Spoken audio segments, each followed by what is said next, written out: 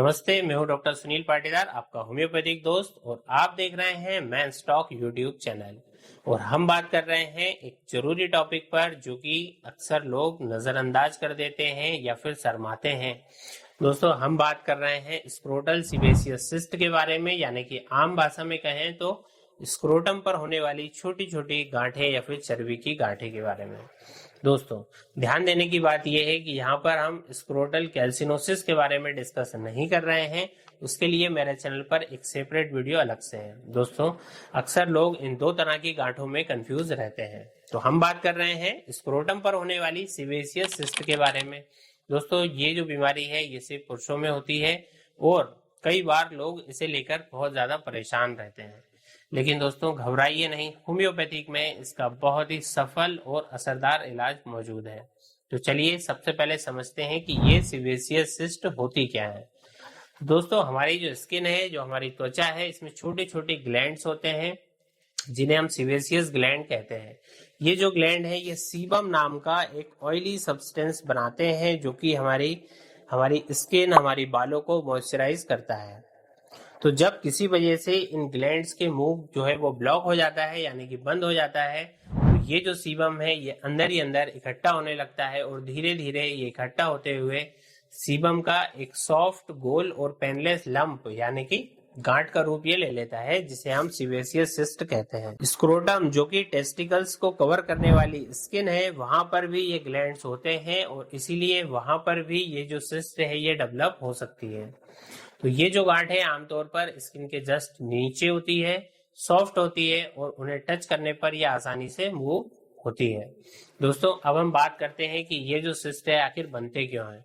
इसके पीछे दोस्तों कोई खास कारण नहीं है, बल्कि कई सारे फैक्टर्स इसके पीछे हो सकते हैं। सबसे पहला और आम कारण है ब्लॉकेज ऑफ सीबेसियस डक्ट, यानी कि जो सीबम निकलने वाला जो रास्ता है उसका बंद हो जाना, या फिर जो है कि ये जो ब्लॉकेज है ये किसी स्किन की इंजरी या फिर इन्फेक्शन या फिर इन्फ्लेमेशन की वजह से हो सकता है। दूसरा बड़ा रीजन है दोस्तों जेनेटिक प्रीडिस्पोजिशन, यानी कि अगर आपकी फैमिली में किसी को सीबेसियस सिस्ट की हिस्ट्री है तो आपको भी इसे होने की संभावना थोड़ी सी ज्यादा होती है। तीसरा है पुअर हाइजीन। दोस्तों, ये भी एक कंट्रीब्यूटिंग फैक्टर होता है, इससे भी स्किन के जो पोर्स हैं वो ब्लॉक हो जाते हैं। और कई बार हार्मोनल चेंजेस भी इसके फॉर्मेशन में मदद करता है, खासकर कि प्यूबर्टी के दौरान या फिर एक्सेसिव स्वेटिंग के दौरान, यानी कि जिनको पसीना ज्यादा आता है, ऐसे लोगों में ये समस्या ज्यादा देखी जाती है। और अगर आपकी स्किन ऑयली है तो भी ये समस्या आपको ज्यादा देखी जा सकती है। तो दोस्तों, ये जो सिस्ट है यूजुअली बिनाइन होते हैं, यानी कि नॉन कैंसरस होते हैं, लेकिन हाँ, इनमें यदि इन्फेक्शन हो जाए तो ये पेनफुल और रेडनेस इनमें आ सकती है।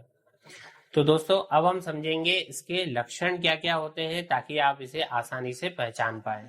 तो दोस्तों, सबसे प्रमुख जो लक्षण है वो है कि स्क्रोटम की स्किन पर एक या फिर एक से ज्यादा छोटी छोटी गोल और सॉफ्ट लंप का आपको फील होना। दोस्तों, ये जो लंप है आमतौर पर पेनलेस होती है, यानी कि इनमें दर्द नहीं होता जब तक कि इनमें कोई इन्फेक्शन ना हो जाए।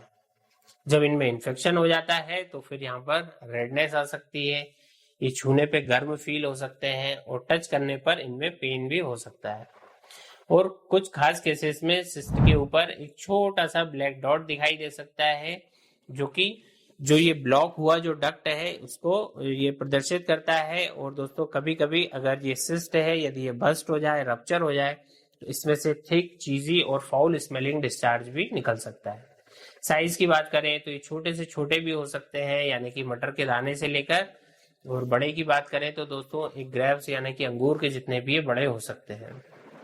अक्सर लोग इन्हें देखकर डर जाते हैं, घबरा जाते हैं, लेकिन दोस्तों सही जानकारी और सही इलाज से इससे मुक्त हुआ जा सकता है। अब हम आते हैं वीडियो के सबसे इम्पोर्टेंट भाग पर, यानी कि इसके होम्योपैथिक ट्रीटमेंट पर। तो दोस्तों, यहाँ पर सबसे पहली दवा जो कि होम्योपैथिक में इसके लिए दी जाती है वो है साइलीसिया 6X टेबलेट।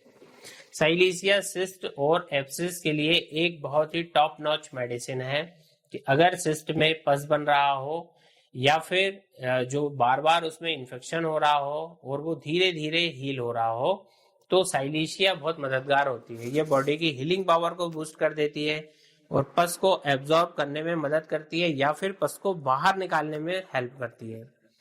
तो दोस्तों ये ऐसी गठानों पर भी बहुत ज्यादा असरदार होती है जो कि शुरू में तो छोटी छोटी होती है लेकिन फिर लगातार बढ़ती जाती है। डोज इसका रहेगा, क्योंकि ये टेबलेट फॉर्म में है, तो 6 गोली दिन में 3 बार आपको इसे चूज कर लेना होता है। दूसरी दवा की बात करें दोस्तों, वो है कैलकेरिया कार्ब 30, और ये उन लोगों के लिए बहुत ही अच्छी है जिनको की बॉडी में लंप फॉर्मेशन की टेंडेंसी होती है। अगर आपको इसी के साथ आपको बहुत ज्यादा यदि स्वेटिंग होती हो, खासकर आपके हेड वाले पार्ट पर, और आप ठंड के प्रति सेंसिटिव हो और आपका जो वजन है वो बहुत ज्यादा है, तो दोस्तों कैलकेरिया कार्ब आपके लिए एक बेहतरीन दवा हो सकती है। ये उन सिस्ट के लिए भी अच्छी होती है जो कि सॉफ्ट होते हैं और जिनकी ग्रोथ जो है वो स्लो स्लो होती है। इसके अलावा जिन लोगों को छोटी छोटी गठाने होने की टेंडेंसी होती है या जो शारीरिक रूप से थोड़े ढीले ढाले से दिखते हैं, उनके लिए ये दवा खास फायदा करती है। डोज रहेगा 30 पोटेंसी में 2-2 ड्रॉप सुबह और रात को आप इसे ले सकते हैं डायरेक्टली ऑन टर्म।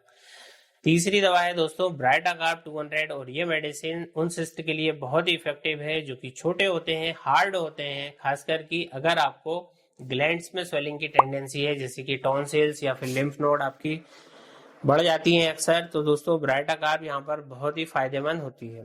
ये जो सिस्ट है, ये जो दवा है दोस्तों, ये सिस्ट को डिसॉल्व करने में मदद करती है।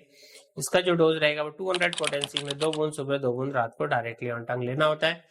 चौथी दवा की बात करें वो है थूजा ऑक्सीडेंटलीज 1M।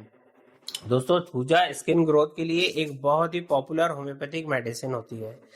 ये सिस्ट के साइज को श्रिंक करने में मदद करती है, और ये दवा उन गठानों पर बहुत ज्यादा कारगर होती है जो कि समय के साथ बढ़ती रहती है या फिर जिनमें दर्द और खुजली भी साथ में होती है। दोस्तों इसका जो डोज है, जैसे मैंने बताया, इसको 1M पावर में इसको लेना है और 2 बूंद सप्ताह में सिर्फ एक बार आपको लेना होता है। और दोस्तों आखिरी में लेकिन बहुत ही खास दवा माइरिस्टिका सेबीफेरा 200। दोस्तों ये एक ऐसी दवा है जिसे होम्योपैथी में सर्जरी के रूप में इसे जाना जाता है। अगर आपकी सिस्ट में इन्फेक्शन हो गया है और पस बनने की उसमें संभावना दिख रही है, या अगर आपको लग रहा है कि सर्जरी की जरूरत यहाँ पर पड़ सकती है, तो ये दवा अक्सर सर्जरी को दोस्तों टाल सकती है। ये किसी भी तरह के एब्सेस या फिर बॉइल को पकाने और उसे निकालने में बहुत असरदार होती है। इसका असर भी बहुत तेजी से होता है। तो दोस्तों इसको जो है 200 पोटेंसी में लेना होता है, 2 ड्रॉप सुबह 2 ड्रॉप शाम को डायरेक्टली ऑन टर्म। तो दोस्तों जैसा कि आपने देखा कि होम्योपैथिक में स्क्रोटल सीबेसियस सिस्ट के लिए बहुत ही इफेक्टिव और पेनलेस सॉल्यूशन मौजूद है। लेकिन दोस्तों मैं यहाँ फिर से दोहराऊंगा कि कोई भी दवा खुद से लेने से पहले एक क्वालिफाइड होम्योपैथिक डॉक्टर से जरूर सलाह लें। हर पेशेंट अलग होता है और उसकी फिजिकल और मेंटल कॉन्स्टिट्यूशन के हिसाब से ही एक डॉक्टर दवा डिसाइड करता है। अगर आपको स्क्रोटल सीबेसियस सिस्ट से रिलेटेड कोई भी सवाल है या फिर आप इसके होम्योपैथिक ट्रीटमेंट हमसे लेना चाहते हैं, तो आप doctor Patidar homeopathic centre Bhopal में आके मुझसे मिल सकते हैं। हमारे क्लिनिक का एड्रेस और कॉन्टैक्ट की डिटेल डिस्क्रिप्शन बॉक्स में दी जा रही है। दोस्तों मुझे उम्मीद है कि ये वीडियो आपके लिए जानकारी भरा रहा होगा। अगर आपको ये वीडियो पसंद आया है तो इसे लाइक करें, दोस्तों और परिवार के साथ इसे शेयर करें, और दोस्तों हमारे इस चैनल मेंस टॉक को सब्सक्राइब करना ना भूलें, बेल आइकन को भी दबाना ना भूलें, ताकि आप हमारे नए वीडियो से अपडेटेड रहें। अगले वीडियो में फिर मिलेंगे एक नए हेल्थ टॉपिक के साथ। तब तक के लिए स्वस्थ रहिए, खुश रहिए और होम्योपैथी अपनाते रहिए। धन्यवाद।